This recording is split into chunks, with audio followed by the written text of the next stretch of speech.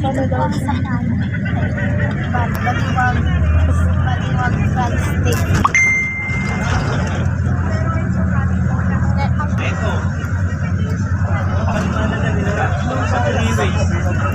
Saan po kami dito sa bus? Sa bus kasi pupunta kami sa Maynila. Tapos kasi gagala muna kami. Gagala. Ito yung kapatid ko. Nasusuka na daw siya. Eh, doon na siya sa gilid. Doon na siya sa gilid. Kaya nasusuka na daw siya. Ako din. Nag-iba na yung mata ko. Mabawal na akong galawin. Baliktad na. Bumaliktad na yung sikmura ko.